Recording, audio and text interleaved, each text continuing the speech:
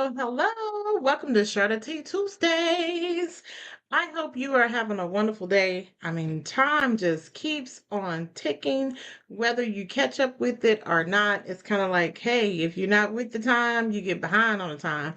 But anyway, so welcome to Sharity Tuesdays. I hope that you are having a blessed day, and some of you are probably even ready for good old Thanksgiving. So whatever that you decide to do, Friendsgiving, family giving, whatever giving that you decide to do. Just be blessed and whatever you decide. All right. So let's talk about the resource for today.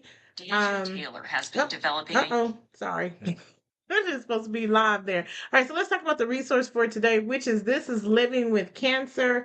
Hopefully you can see that. So this is an app that is created by Pfizer. It's a program for people living with cancer and those who love them.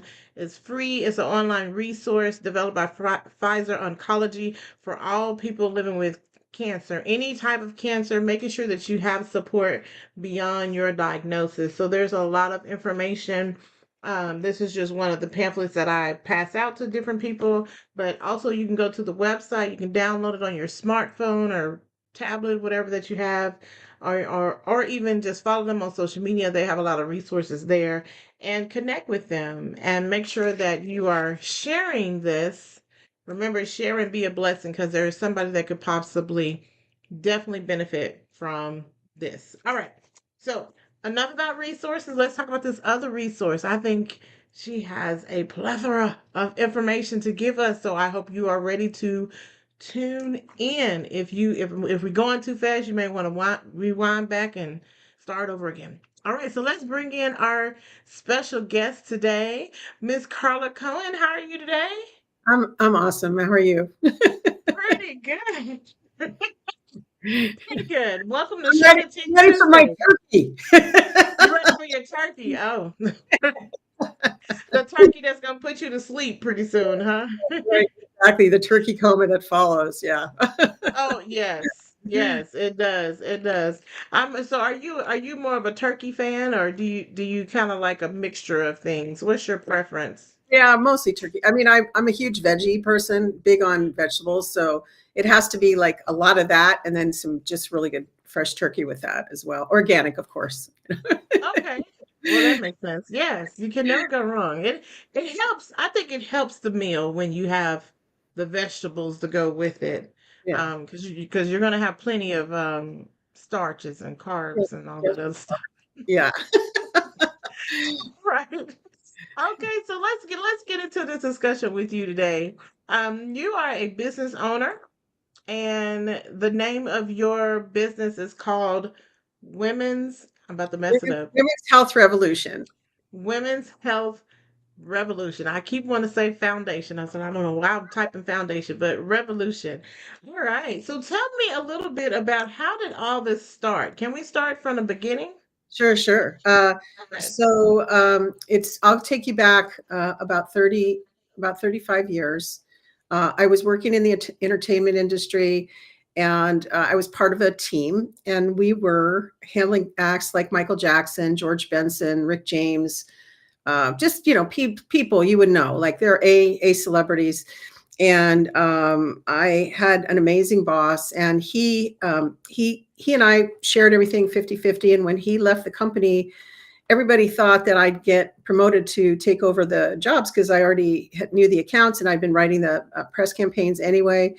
And I got passed over, and they put a man in the position that didn't really know the clients.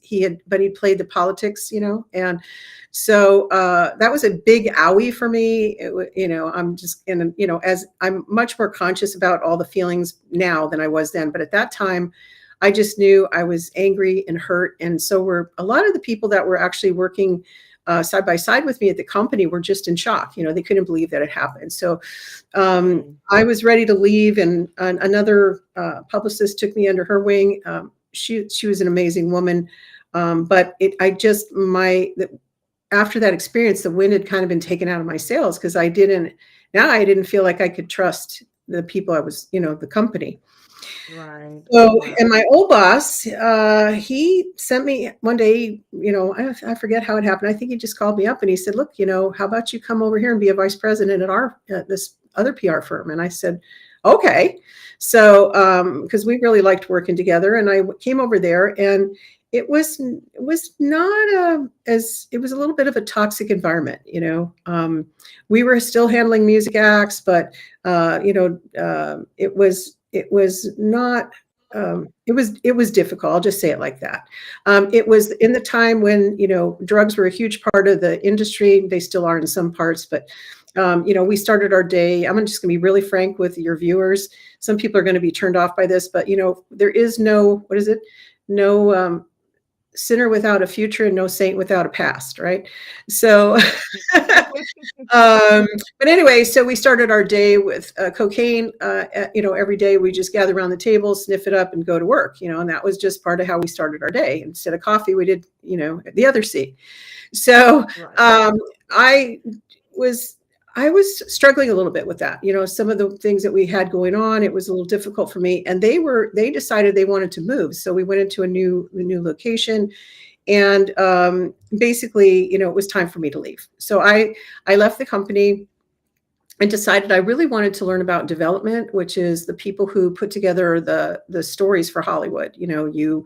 We would sometimes write the scripts. People told me I was a great writer, so I was taking some night school classes, and I did an analysis of David Beagleman, who was this huge crook in the film industry. But you could read about him later. But anyway, and the teacher who was teaching the course read my paper, and he said, "Oh my God, have you thought about being in development?" I was like, "Yes." So he opened the door for me to a friend of his that was just starting out in another production company, and for me to get a job there as a development executive. So I went into that pretty quickly. Loved the guy I was working with; he was awesome. And after me working there maybe 6 months, I don't even know, it was really, really toxic, and he was great. Environment was toxic. I wasn't. Well, anyway, so they fired him, and it was just really abrupt. And then Oh, they wow. expected me to take over his job for no increase in salary, and also for no title change. Whoa. Okay. No, Yeah, no increase. No. yeah, Okay. So they yeah, just kind of wanted you to be yeah, hush yeah. hush about it. Yeah, just had Mm. to take it over. And I had an ethical problem with it. So I couldn't, I felt like I couldn't take my friend's job, you know what I mean? Hmm. Without his, blessing. So I called him. We had a long conversation. He said, they're not, they've got some problems. He goes, but he knew I needed the work. He goes, just take it. It's great experience for you. Just do it with my blessing. So I worked there, and pretty soon, I started over time. My load started to really grow of everything I was handling, and I started to get some staff. And I was just I was packed up some boxes and just told them I was going to leave because I was so fed up. They weren't paying me what I deserved, and so they finally gave me a raise and they gave me a title increase. But I was still making, for doing the same work he was doing, I was making a third of what he was making. And this Oh is my the God. industry and how it is towards women. Right. That's And true. if you're, whether you were a woman or you were a minority, either way, you were screwed. And but I took the money, and I felt like, because of what had happened to me in that PR office where I didn't get promoted, and this going on here where they were so resistant to give me the money, even though everybody was saying I was doing a good job, I thought, well, I internalized that thinking, well, I have to do better. I have to work harder. I was raised by parents who worked very hard and to get to where they were in life. And um, so I thought, okay, I'll just put my shoulder you know, and keep pushing. And so my little, you know, I don't know what it was, a 40-hour work week turned into about a 70-hour work week. Uh, Now, just, yeah, take a moment 70 to observe hours. that. Yeah, 70 hours. I did not take off time. So my husband and I would go to visit with friends, and I would bring a stack of scripts and books with me to read and analyze. And so they'd be over there drinking wine and, sit by the fire and laughing. And I'd be like, you know, head in the script, reading and, making my marks, making my thing. Uh, And I started to, and I had this little sofa in my office where I could read, so I started falling asleep on my sofa. Mm. And, it's okay if I'm, Exhaustion.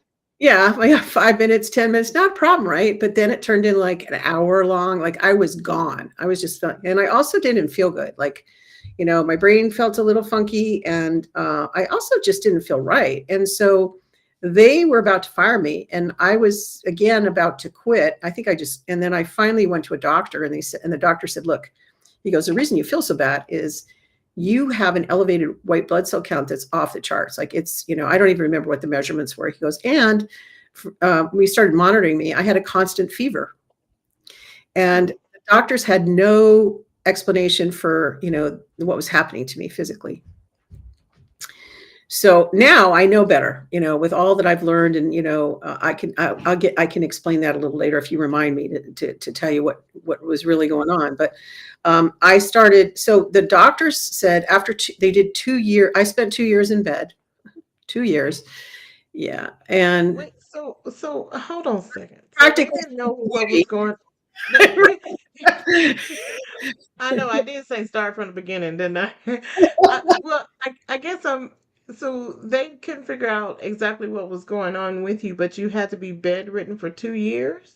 Yeah. So what happened was they said, look, we don't know what to tell you. We know you're tired. We know you're, and so, and after I'd had every orifice tested and every liquid in my body and everything that they could think of, they finally said, well, look, we're not sure. It was the beginning of them finding out about Epstein-Barr and chronic fatigue syndrome, but I didn't fit the mold completely. So it was again, they were a little bit stumped. They said, you know what, we think you're depressed. So we're going to send you home with this bottle of antidepressants and just go rest until you feel better. We don't know how long it's going to take. And I thought, what? I wasn't depressed until you gave up on me.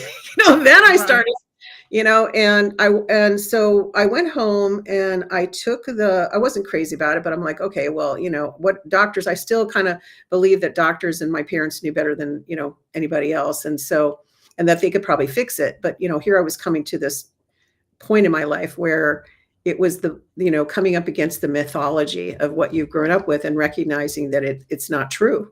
So my parents were trying to help. My mom was a really pretty good nurse. She helped a lot of people during World War II, but they couldn't. They were sort of, they brought over food. They tried to help where they could. And what they I took I remember taking the antidepressant, the one pill, and a few minutes later, I went into the bathroom, and you can see I've got super curly hair. So I used to straighten it all the time in those days. And to do that, you have to raise your hands. You have to keep them up above your head for a really long period of time to, kind of reach and make it straight. Yeah. And I remember trying to, keep lift my arms up over my head, and I couldn't from the antidepressant.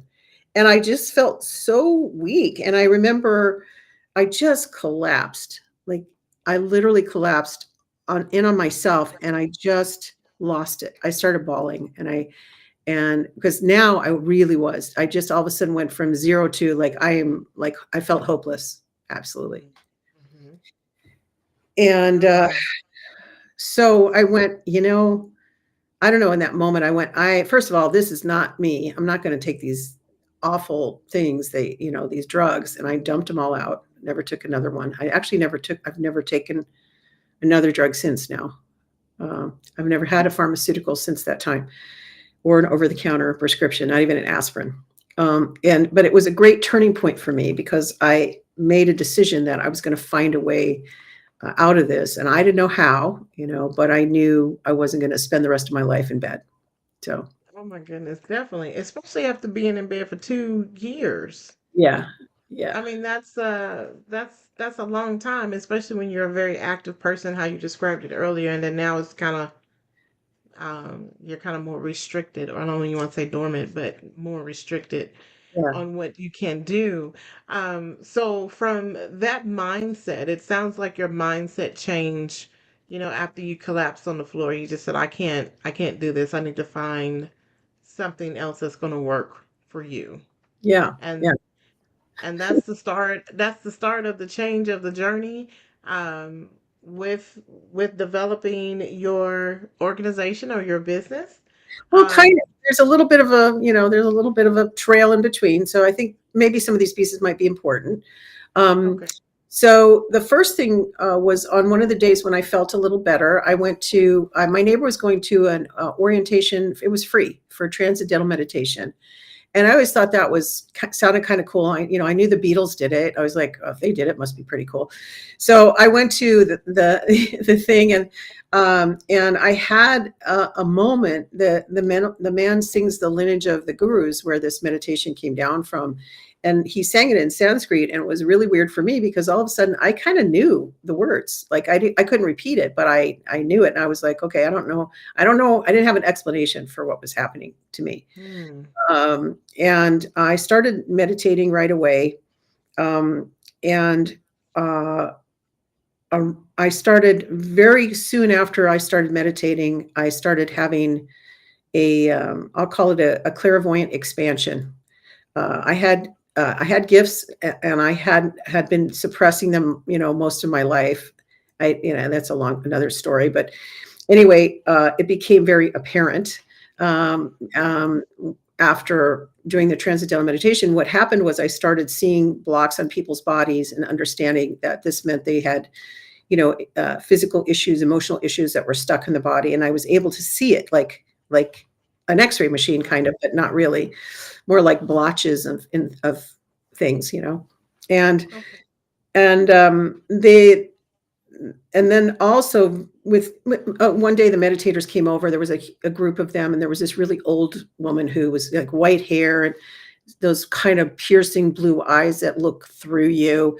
And she stepped over the threshold of my door, and she looked at me and she said, "This is the home of a very gifted healer." And I went, and I literally looked behind me. I didn't know. I was just Okay. like, you know, Talking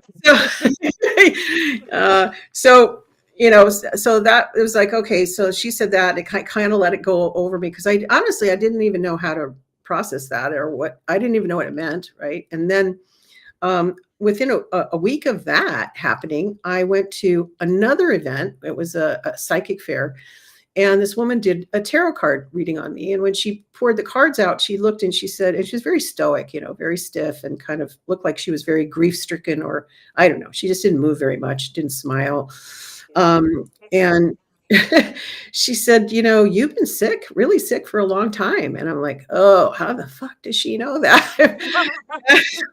And then she said, if she gave me a few other details, and I was like, okay, whatever this is that's going on here, I don't know. So she said, look, I know a way that can help you. It's called energy balancing. And I said, well, what is it? She goes, I can't explain it, but it's this much amount of money. And if you want to do it, here's my number. Right. So I now remember, I'd been out of work for 2 years. Right. Pretty I was gonna say. Yeah, right? So we're kind of living off my husband's income, which was like, at that time, for the first 12 years of our marriage, I actually supported us. So, I was making, okay money. Not great for within Hollywood, but great amongst the rest of the population, right? And so anyway, that night I got a check for the exact amount that she charged for the work. And I was like, duh, right? Wow. Well, So yeah. So that was a big turning point. And I went to her to get healed. And what happened was, as soon as she put her hands, she had me get on a massage table. Her room was, it was comfortable. It smelled like incense. And there was crystals and, candles and stuff. And I was like, okay, whatever. That was sort of my attitude at the time. And she put her hands above me on the table, and she goes, "Get off my table." And I said, "What?" She goes, "Get off." And I thought, oh God, I've got a whack job here. And she said, no, you're a healer. You're really gifted. And part of the reason you got sick is that you don't know how to handle your own clairvoyant abilities. And so I became her personal healer. I actually started working on her. She never let anybody work on her. And I started sort of getting mentorship from her, but I paid, you know what I mean? wow. I worked on her, and I also worked on her clients from a distance. And I would tell her what I picked up from her clients, and she always affirmed that what I said was right. So I didn't realize I was kind of being exploited at the time. I was just like, oh, I was still sort of, you know, not a little naive, and so eventually a lot of doors started opening, and so then I started studying with different healers and shaman, body work, breath work, all kinds of different things. And here we are now, all these years later. You're Right. So how long did it take from you meeting her and being on her table? How long did it take for you to feel better or to be healed? Well, I Was there still a timeline? that was a lot. I can't tell you the timeline exactly because it was like incremental pieces. It wasn't just her. It was the breath work I was doing. I started doing deep emotional work on myself. I was also I also got invited by this random Lakota Indian chief that showed up out of nowhere to do sweat lodge with him. So I did that. I was basically trying anything that sounded like it would help. And during those 2 years that I was in bed, I didn't waste time completely. When I was awake, I was studying nutrition. I was learning about metaphysical stuff. I was, anything about personal growth. I was just a sponge because what else are you going to do, right? Right. you know, lay out under the tree outside and, with some sun and read a book, so all of that now so going back now in time, now that I know what I know, I believe that the reason that all happened was, yes, partially what she said, but also I had no idea how to access my emotions. Back then I suppressed a lot of stuff because I always wanted to be the happy, person, and, never tell people. I didn't have very good boundaries. So I believe now, as a result of the work I still do on myself, and now my clients, I coach. So I combine the healing with coaching work to get people to have their breakthroughs. And sometimes those are physical symptoms that they're working with, but it's also emotional and it's other stuff. So I believe everything now comes from the emotions. And Mm. and so everything that I do is about uncovering trapped emotions that people are holding on to, that are holding them back from enjoying their life, being on purpose, breaking through barriers, getting them up on stage when they're meant to be delivering their gifts to the world. Oh, I love that. I love that. So I'm quite sure you've come across clients that has experienced trauma. Hmm. Yes. And so how does that ever affect you to where you feel triggered by certain things, or do you feel that being able to help them overcome their emotions, they're able to relinquish a lot of those things that they've kind of carried on with them over the years? Yeah, yeah. So I do well, okay, so I'm technically a clairsentient. So that means, for people who don't know, I hear, smell, taste, see things that other people don't. Okay. It's for my husband, it's interesting because he's like living with I have like the nose of a beagle, right? I can smell things hundreds, blocks away that other people don't smell, right? Or but anyway, so when I work with people who have had trauma, it's basically the same principle. Yes, it impacts me in the sense of my um I can feel what's going on for them. I also kind of can see some of it depending on what it is. And it's still the same process, because the thing that's keeping the trauma going in the body and in the mind is still those unhealed emotions that were never dealt with back at that time. So from a scientific standpoint, well, there is a guy named Dr. David Hawkins, which probably most of the people here that are listening don't know about him, but he did a lot of research about thoughts and emotions and how they affect the body and da, da, da, da. And there's other researchers like Candace Pert, who did work on molecules of emotion. She's a scientist who should have won a Nobel Prize for her work. But anyway, their stuff all backs up what I'm saying from my sentient standpoint, which is Mm. that the emotions happen. They're in the body. Everybody thinks it's emotions first, but it's emotions are I'm sorry, emotions come after thoughts. It's the other way around.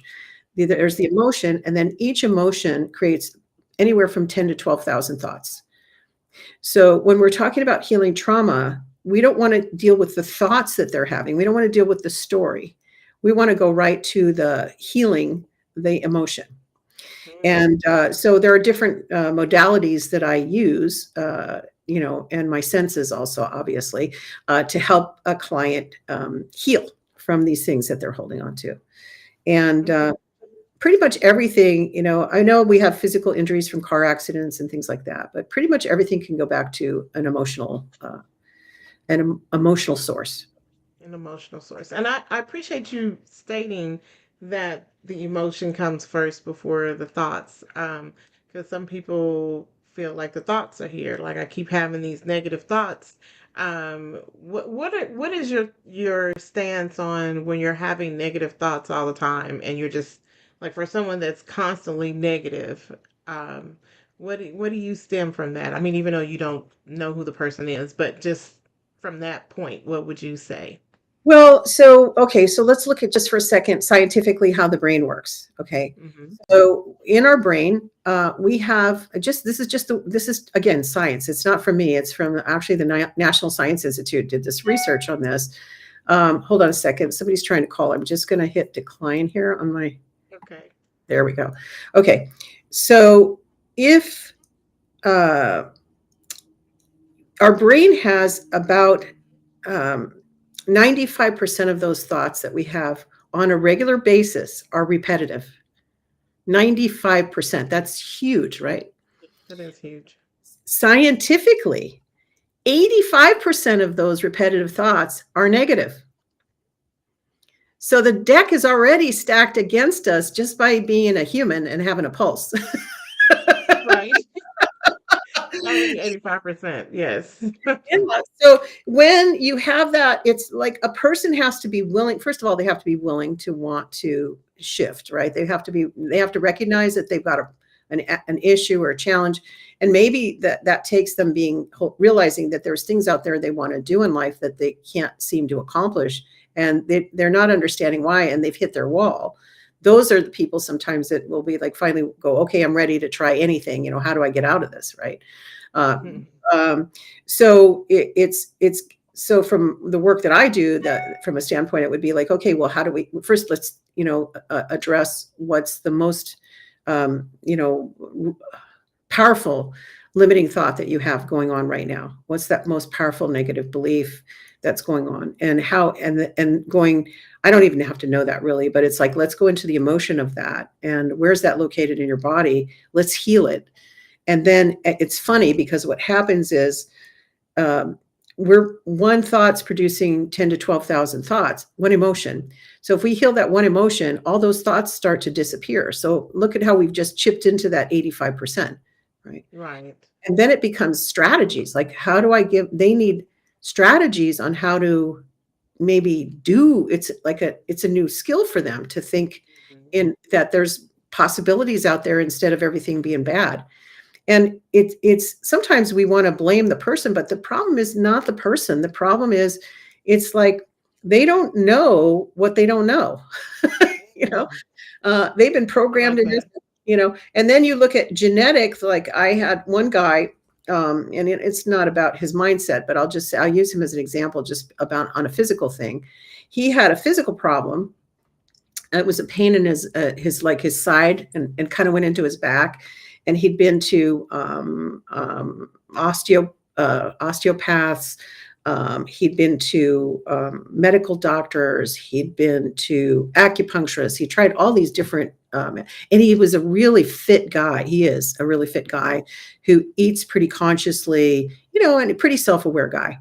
Anyway, so when I met him, it was pretty funny. We met because he sat down on my foot with his chair, and he's a 200-pound guy. So that was not a good meeting. That was not a good way to start. Ouch. But it created a conversation between the two of us. And he said, well, he said, what do you do? And I said, at that time I was calling myself just a healer. And he said, well, do you think you could do something with this? I said, I don't know. I mean, I never say I can do anything. I just see whatever I do, something's going to happen. It just may not Mhm. be the exact same thing that you maybe thought you were supposed to have right now. But in his case, when I was doing some kinesiology on him, and for the audience who doesn't know what that is, it's muscle testing. So we actually can test whether something's positive or negative with our muscle resistance. And it came out that his pain went back 55 generations. Now, I couldn't even, Oh, yeah, exactly, right?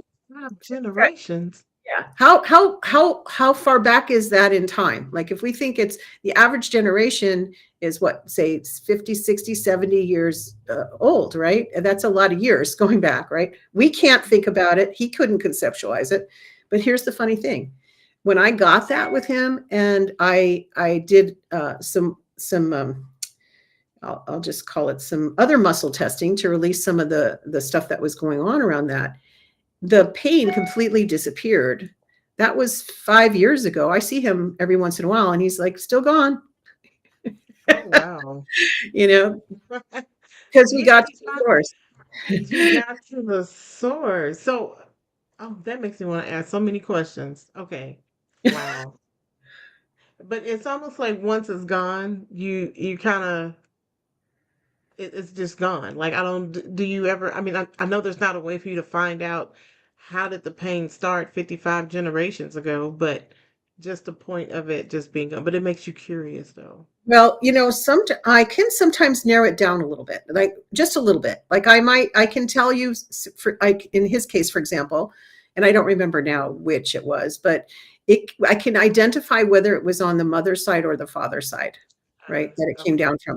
And what's cool about it is, and this is just the laws of the universe. It's not something that I came up with, but anyway, when we heal that, it goes upwards in generations and it goes downwards. So if he had children, which he doesn't, it would have helped, it would have healed his children from never having that issue. It also went Mm. upward to his father, if say it was his father, I don't know, it could have been his mother, I don't even remember. It goes upward to his father and his grandfather and the grandfather's father and so on up the thing. And I'm not a big, I couldn't, don't ask me to quote the Bible. I couldn't tell you anything, but I do know that there is something in there about the sins of the fathers in the generations coming down through Oh, and I okay. believe, and I just get chills. I just got chills just saying that's what this is about. The sins are the emotions, and the negative thoughts that go with them that we've ingested as if they are our own. And so we're carrying around not just it's not hard enough with our own stuff. And then we got to think about Right. all the stuff coming in that we didn't even know was in there. That does make it a lot. That does make a lot. So I I must say that I am very intrigued by your entire story. Like I feel like are you in the process of writing a book? Have you ever thought about? No, I have written two books, Okay. and both of them, it's mini pieces of the story. Because honestly, I think the story. Thank you for saying that. But I don't honestly have the patience to sit down and write another one. I think after the first book was self-published, and that's a whole story. But it was all about I had this insecurity, and I realized a bunch of other women did about makeup. So it was a book about how to. I went and researched it. It wasn't like because I felt like completely retarded with makeup. And so I wrote a little book because I found out that there were other people who had the same issue. Other women who seemed like they had it together and had amazing makeup were not feeling very secure. So I wrote a book about that, and it did pretty good. I made my money back and I made some, profit on it, but it's like dated now. And then after that, I was a collaborative book that I participated in. I was the first chapter. It's called Modern Women in the Business World, and Okay. that book went to bestseller. So I'm a best-selling author. Woo! Okay. And but I only share there. I don't even really share my story. I share about a experience I had climbing a mountain in India and what that did to me mentally. Oh, you know, wow. and the lessons I learned from climbing the mountain. So Oh yes, I'm quite sure there's some lessons learned. Wait, which mountain? In uh, when? How tall was it? oh, it was huge. I can't remember the height. It's Mount Kailash in India. A lot of people know what that mountain Oh, is, and it's a okay. very spiritual. The reason I was so motivated was that I was there staying in an ashram up in the Himalayas, right at the source of where the Ganges River comes out. And I heard that there was this holy man up that who lived up on that mountain, and that he was a breatharian. He didn't eat or drink or whatever, and he just lived, out there on top of this mountain. And I was like, okay, I felt just immediately drawn. I had to go, and so stupid me. I said yes to the climb, and it was quite a process. I mean, I won't go. That's another story. We could do that That's another. another story. Okay, that's another story. Well, I noticed it on your website. It says from pain to purpose breakthrough. Mhm. Tell us a little bit about that because you did explain about the pain and the healing and having to go through that journey. Um, and so, with this and with you discovering your healing capabilities, did that help you with understanding your purpose, or did Uh, it stem from something else? Part of it, I mean, I think I'm still discovering all of my purpose. I believe Okay. that, and here's the thing is, it's so sad for me. And please, viewers or listeners, don't be insulted by this, but because if you're one of those people who've worked 20 years in the same job, and that's what you felt you needed, I mean, no disrespect, but it does really do us a disservice when we don't explore all the aspects that we were meant to explore when we came onto this planet. And I believe we all have a gift that we're here to deliver. And it could be just making the best iced tea in the planet. It doesn't have to be this big thing, but what I find is that, as we uncover, like again, for me, going back to my own story of healing my own emotional, I'm still working on it. And as I continue to heal, I suddenly am open to more and more experiences. And I'm able to deliver more and give more to the people who are out there looking to get the help that they need. So the Pain to Purpose session is a special that I offer on the website because it's an affordable way for somebody to have an experience of me doing some really coaching with them, and where we do a little bit of an exploration to see, some of the things that they may not have thought about that are holding them back, helping them clarify their vision and direction, and start to get clear on what are some of the steps that they need to take in order to pursue what they feel called to do. Hmm, I love that. And so your service is not just for women, because I know you mentioned about that man earlier. So is it, so I just want to ask, is it just for women only? Or is it all inclusive? I will take. I really prefer to work with women. That's the truth. Nothing against men. Okay. I'm happily married. I've been happily married for a lot of years, but there's something for me. I think women have been. Um, there's different versions of oppression, right?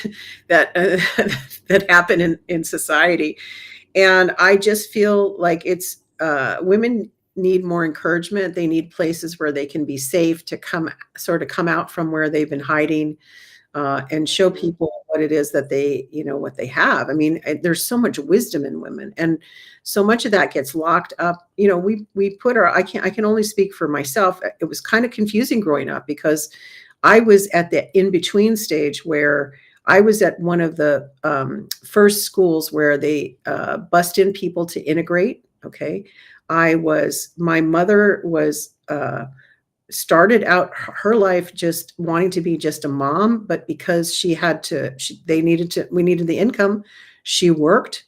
So she was not really a women's liber, but she worked to help support the family. But in a way, she also sublimated herself to my dad. Not that he was I mean, he was kind of quiet. She was really the domineering person in the marriage. But it's like, there were things I wanted to do growing up as a child. I couldn't, like, for example, I wanted to do wood shop and they wouldn't let me do it because I was a girl. I didn't want to Yeah. go into the, baking class or whatever, whatever it was they were offering. I wanted to learn how to repair a car. And it wasn't because I was a women's liber per se. I just was curious, like, that looks interesting. I'd love to learn about that. What is that? And so I've had to sort through this confusing model of what does it mean to be a woman? And now I think, Mhm. I'm still, sorting through that. And I think part of what I do is helping other women do that, because we've had programming that we don't even think about from our parents and our uncles and our aunts and our teachers growing up. And it's limited a lot of women from moving forward in the way that they're meant to move. Move, yes. Those gender roles, Yeah, those gender roles. And I will say this current day and age, a lot of, well, this generation is trying to break free from those. yeah, Um, and I think it causes a shift or rift in certain families or cultures because this is not the standard. This is not what tradition has taught us. But I will say that we should be able to explore all avenues. Like, what's wrong with looking at things a little bit differently than how they were back 30, 40 years ago? right. Um, but that's a good point. Thanks for sharing that. So I do want to mention with your services, Women's Health Revolution. There was an award that you won. Hold on, I saw it just a few minutes ago. Yeah, yeah. That was Yeah, the Exceptional Global Woman Award. Yeah, I, yes, exceptional. This yeah, that was. so when did you win that award? I think that was 2022. Okay, Okay. congratulations. Thank you very much. Yeah, that was a big surprise. It was actually pretty funny because I was originally nominated in a different category called Aspirational Women's Award, and I was like, "What does that mean? I don't even know." And aspiring for what? And then so there was this whole voting process, and then I wasn't really campaigning. Like there was this woman she was like a super campaigner, and I'm like, well, for sure she's going to win, and she did actually. She won that award. And so at the award ceremony, they did all the awards, and and she got hers, and then they said, but stay tuned because we have a couple of surprise awards at the very end. And I was like, oh, okay, whatever, so, and it was during COVID. So we were watching all this, everything was on Zoom when that happened. Okay. Okay. And then my picture popped up on the screen, and I went, and I don't probably know what expletive came out of my mouth, but anyway, I was surprised and delighted, and because and then I found out that they'd never had somebody win that award. That was a new award they just had created just for me. So that was Oh, it was a big honor. Thank you. Yeah. well, So that's cool. That's neat. That's neat. I think it's very rewarding when you're awarded for things that you have a passion for, even though you weren't seeking that award, but someone thought of you like, this is something that I believe Carla should be honored for. yeah. Definitely. Yeah. Definitely. I got So another one, well, nominated for another thing called the Million Lights Award, which is, I didn't receive it, but I was nominated, which was an honor just in itself. And that was about my role in helping with gender equality, and again, helping raise the, whatever you want to call it, the visibility of women around the world. So empowering women around the world. And that was also a big honor because that was like through like the G2 summit or something, some government thing. So okay. yeah, so that was pretty cool too. But yeah, it feels good. It feels nice when people recognize, what you're doing. So Yes, definitely. I feel honored and blessed to be in your presence. I mean, you're like a celebrity superstar. oh yeah, Not one of just the regular folks. It's just over here in oh yeah. Oklahoma. Right. Definitely, definitely. So I want to go through some of the services that you provide Okay. with your business. What other services do you provide? I know you mentioned healing, and then the breakthrough, the pain through breakthrough. And what else do you offer? Well, so I'm trained in so much. Like my primary mission now is the coaching, really combining the coaching and healing, and really helping women have their breakthroughs. That's my big passion. Corporations, sometimes I am trained in all these different levels. I have like not almost every certification you can have in emotional intelligence. So I can come in and do corporate trainings to teach people about how to navigate difficult emotions, learning about emotional intelligence. People oftentimes don't understand what emotional intelligence means. They confuse it with intuition. It's very different. It's understanding how to manage your emotions and perceive the emotions of others so that you can create better results in your work and in your life. So I love educating people on that. I don't, and I also do very rarely now, but every once in a while, some corporations will hire me to do something I call corporate Zen. And Okay. that's coming into a corporation and teaching them. I'm also a certified yoga teacher, so although I don't actively do yoga anymore, but I teach some chair yoga and breath work and essential oils and different things to help them get into a more relaxed and more present state. So, Wow. and then once in a while, somebody asked me. I used to teach a lot of classes on essential oils. I don't do that so much anymore, partially because the government is so controlling in terms of what we can say and what we can't say. And I really, as I said, I haven't used a pharmaceutical or over the counter. It's been over 35 years now, 40 years, more than 40, maybe even.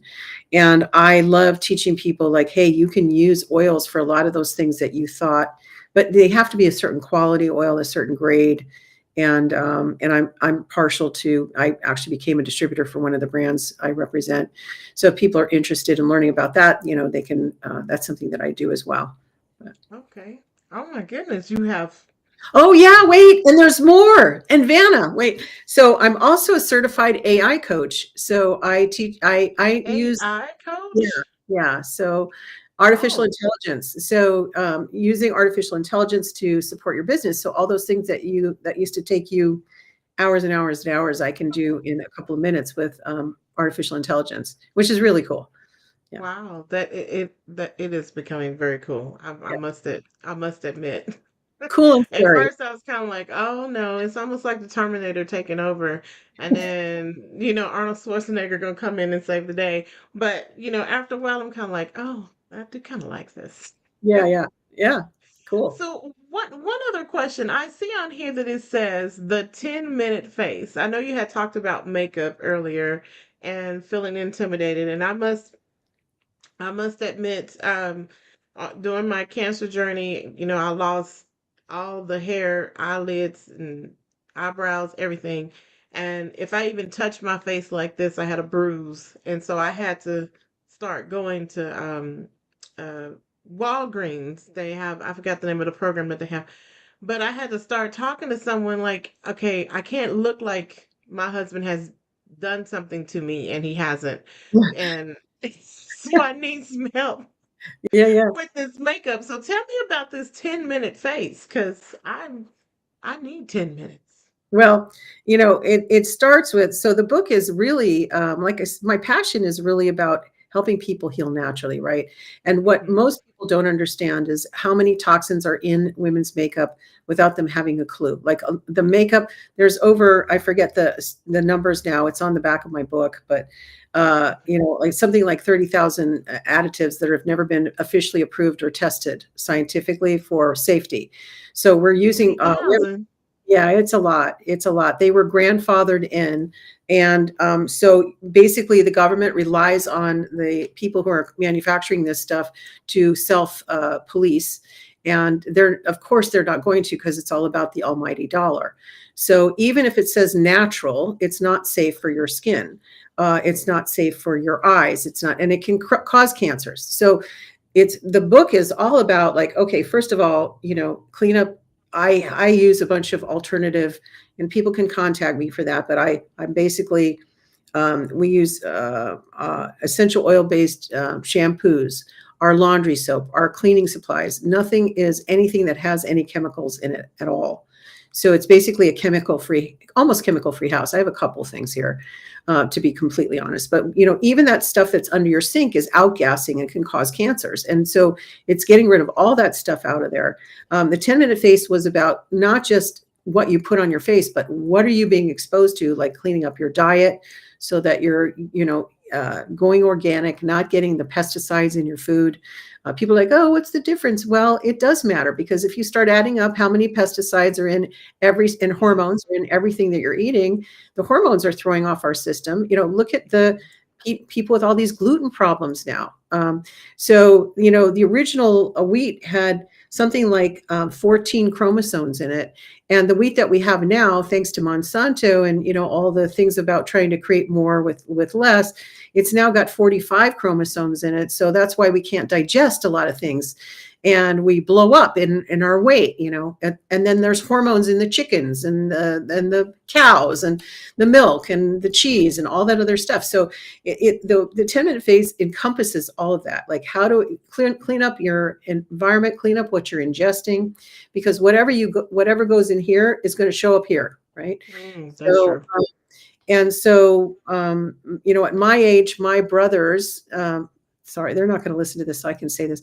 They have a lot more wrinkles on their face, you know what I mean? And also gray. Like I have, it's growing out a little bit right now. There's a little gray in here, but I don't, at my age, my mom was, pretty much completely gray. She was dyeing her hair with black toxic dye, right? So the stuff we put on our hair. So all of these things. So then the makeup, going to the makeup, the book was going into, what do you do for certain tones of skin? How do you apply it?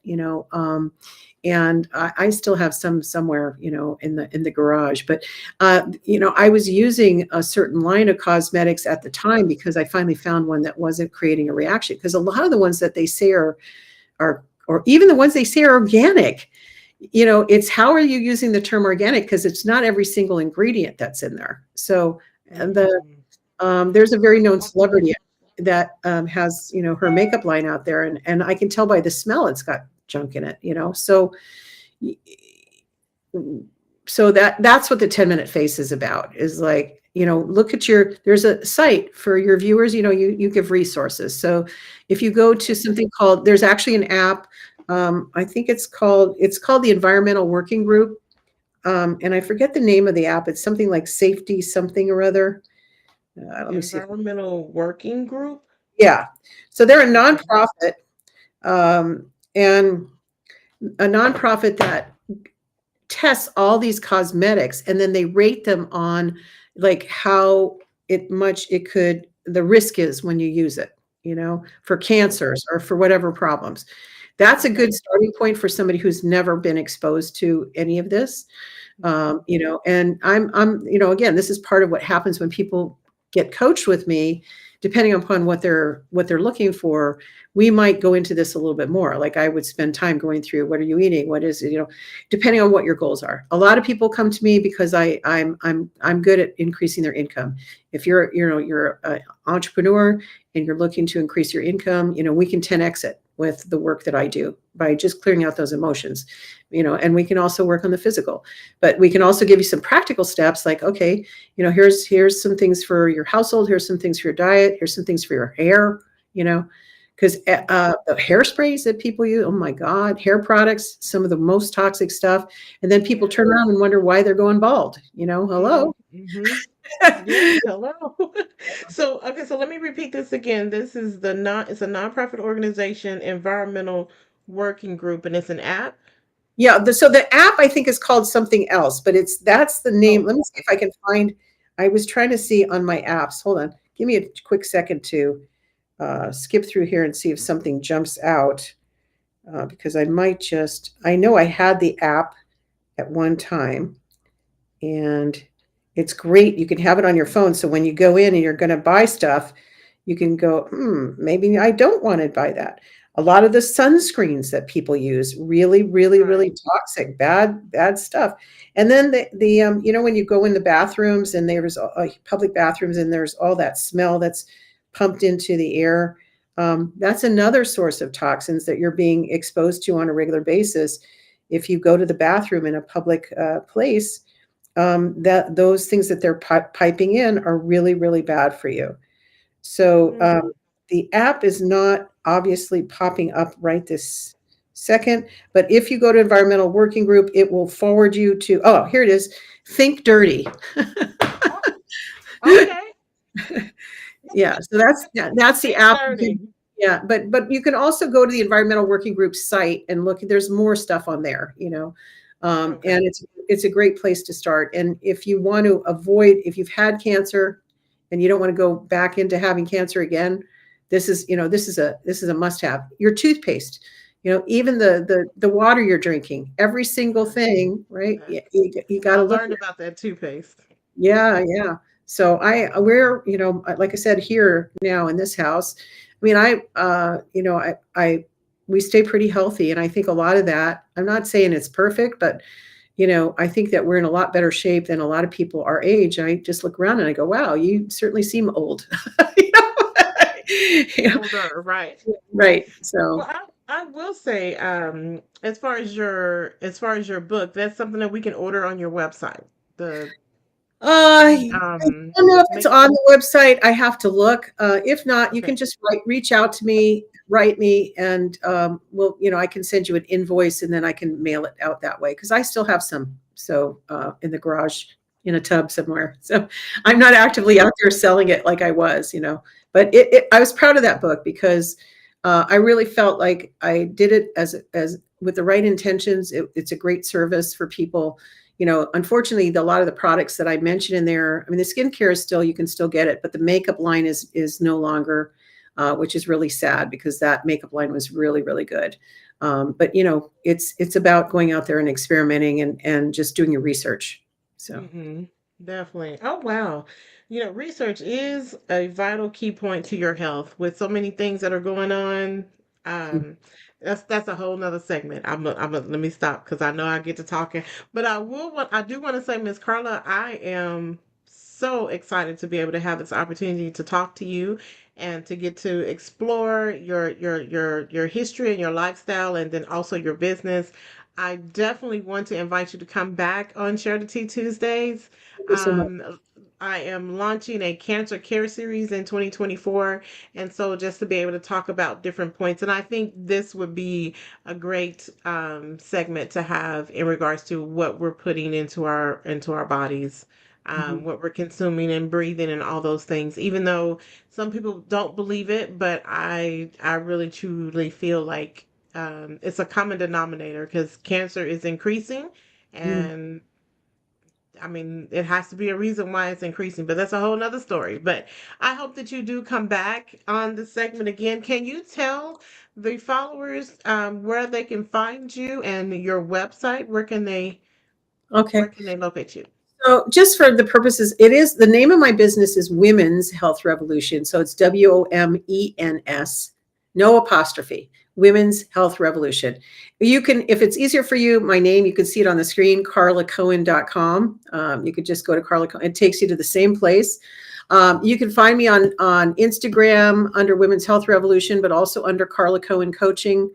Facebook is also Carla Cohen Coaching. And I'm also on LinkedIn, and I think it's Carla Cohen Heals or something like that on LinkedIn if you look. So those are the best places. One other thing, just and I don't know how many where your viewers are or whatever, but I also run a chapter. The regional director for Global Women Club, and it's an international networking group. So I run the Orange County. But if people are interested in learning more about that networking group, to please contact me directly. And then I would want to talk to you about that. And I'm happy to share about that. Can be a great resource for women who want to, are here and want to grow their business internationally. It's a really good organization. So Oh, okay. I yeah. will definitely reach out Okay. reach out to you about that. Well, I appreciate you so much for taking your time on a Tuesday, especially the week of Thanksgiving. I know everyone's busy preparing and traveling, whatever that it may be. I hope that you have a wonderful holiday that's coming up. Well, in a few days, well, one day, I guess now we only have one day left. But I do want to say, I do want to say thank you for coming on Strategy Tuesdays. Remember, everyone that follows me, to follow me on social media I just realized my sign is not behind me. I forgot I took it down. But at Charity with V. And until next week, you guys stay blessed. Be intentional, be insightful, and be impactful in everything that you do. And thank you again, and happy Thanksgiving, everyone. We'll see you next week. Oh, and one other thing, we're going into year 3 of Share the Tea Tuesday. So happy anniversary. Yay! Woo! All right. Talk to you later, guys. Bye bye.